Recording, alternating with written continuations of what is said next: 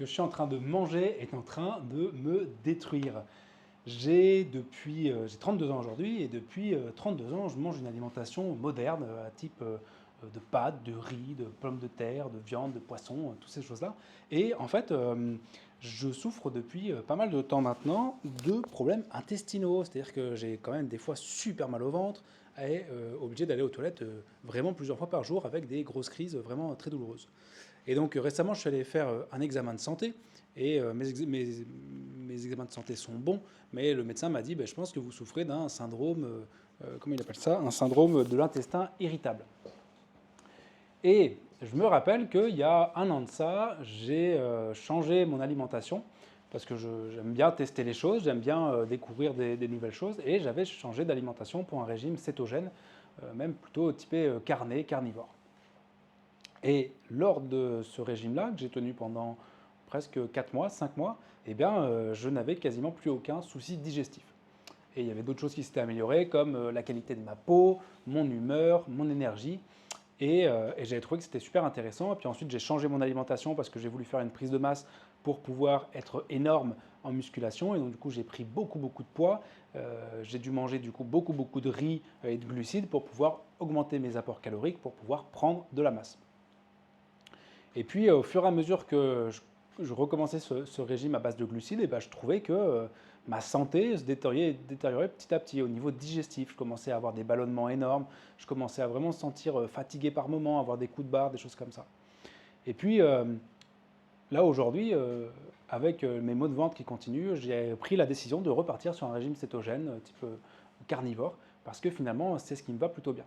Si tu débarques sur la chaîne, je m'appelle Lucas et je fais une vidéo par jour pour documenter un petit peu mon expérience de vie et puis pour que ça puisse d'un côté t'inspirer et puis d'un autre côté, c'est pour moi aussi que je l'ai fait. Je fais ces vidéos parce que j'adore faire des vidéos. Et si tu ne connais pas le régime cétogène, je vais t'expliquer simplement ce que c'est. Je ne suis pas expert là-dedans. Je t'invite à faire tes propres recherches là-dedans, tes propres recherches sur le sujet. En gros, il y a deux voies métaboliques dans ton corps. Il y a deux voies avec laquelle deux carburants différents, on va dire, d'accord? Imaginons que ton corps, c'est une machine, et cette machine, tu peux la nourrir soit avec les glucides, ce sont les sucres, ou soit avec la graisse, d'accord? L'alimentation moderne, on a un 60% de glucides, d'accord? Les glucides, ça va être donc les sucres, pâtes, riz, pain, pommes de terre, gâteaux, viennoiseries, toutes ces choses-là, d'accord? C'est du sucre, d'accord? Après, il y a différents types de sucres, hein, que ce soit les sucres rapides, les sucres lents, que ce soit le fructose, le galactose, le glucose, voilà, il y a plusieurs types de sucres, mais ce n'est pas ça qui est important. Ce qui est important, c'est de comprendre les sucres au global, et à côté, il y a les graisses.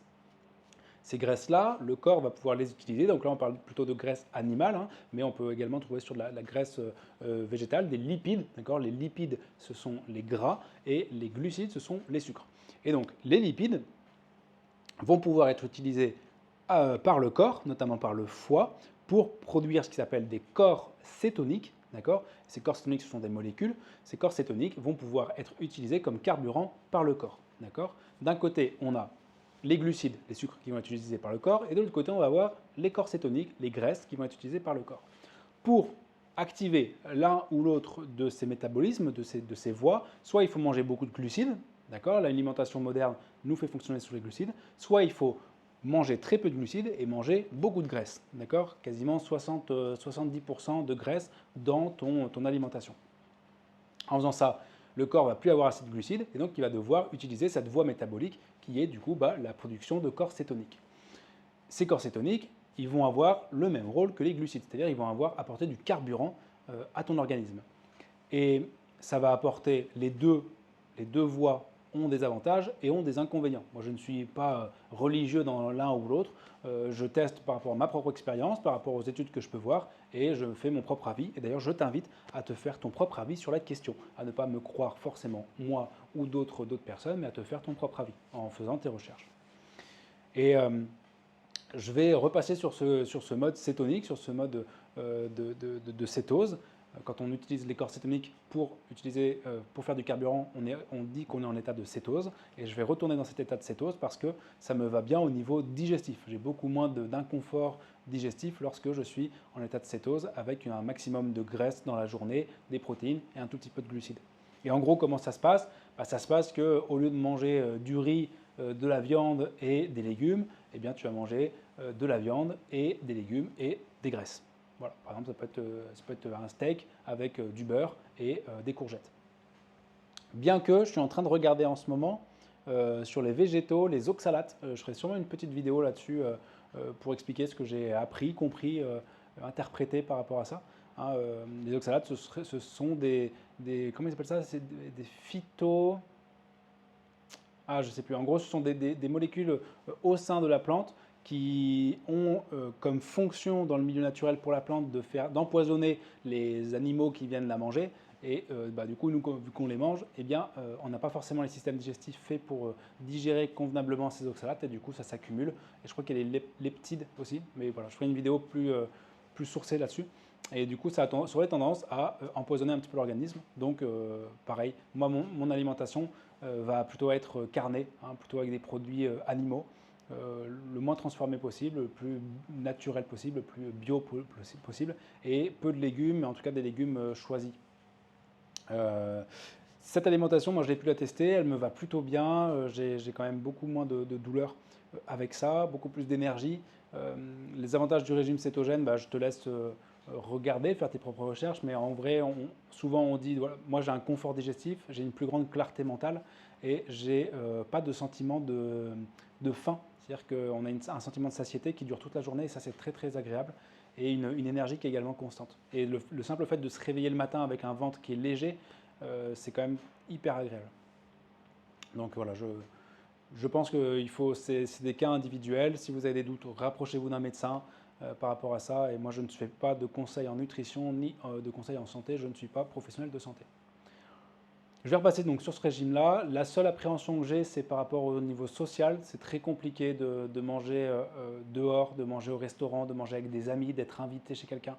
Parce que, en fait, on mange plus grand-chose. Enfin, on peut manger des choses, mais vu que la majorité de l'alimentation moderne repose sur des glucides, il y a plein de choses qu'on ne peut plus vraiment manger. Donc ça, c'est la seule appréhension que j'ai, c'est au niveau social. Ça met quand même des freins là-dessus. Mais bon, en même temps, j'ai pas bien le choix parce que si je continue à manger comme je suis en train de manger, ça va me déglinguer, ça va être de pire en pire, donc j'ai pas le choix. Moi, j'aimerais bien pouvoir manger n'importe quoi sans avoir de douleur, mais c'est pas le cas, c'est comme ça. Il faut, peu importe la difficulté que vous avez, hein, que ce soit au niveau personnel, de santé, relationnel, professionnel, il faut toujours accepter, se dire j'en suis responsable, donc je peux agir dessus, quels sont les leviers sur lesquels je peux agir pour améliorer la situation et agir sur ces leviers-là du coup. J'ai fait une vidéo sur les principes de responsabilité. Hein. Tout est de votre responsabilité dans le sens où vous avez la possibilité, maintenant que vous avez pris la responsabilité vous avez la possibilité de modifier ces choses-là. Donc cette vidéo, elle est pour moi, pour dire que à mon mois du futur, eh bien, c'est aujourd'hui que je passe de plus en plus sur un régime cétogène, en tout cas, et carné. Et c'est aussi pour vous une vidéo peut-être qui vous informera sur ce régime-là. Si vous avez kiffé, je vous laisse commenter. Est-ce que vous êtes déjà en régime cétogène? Est-ce que vous voulez y passer? Est-ce que vous avez eu des bonnes ou des mauvaises expériences avec ça? Si vous avez kiffé la chaîne, je fais une vidéo par jour. Je vous laisse vous abonner également. C'était Lucas.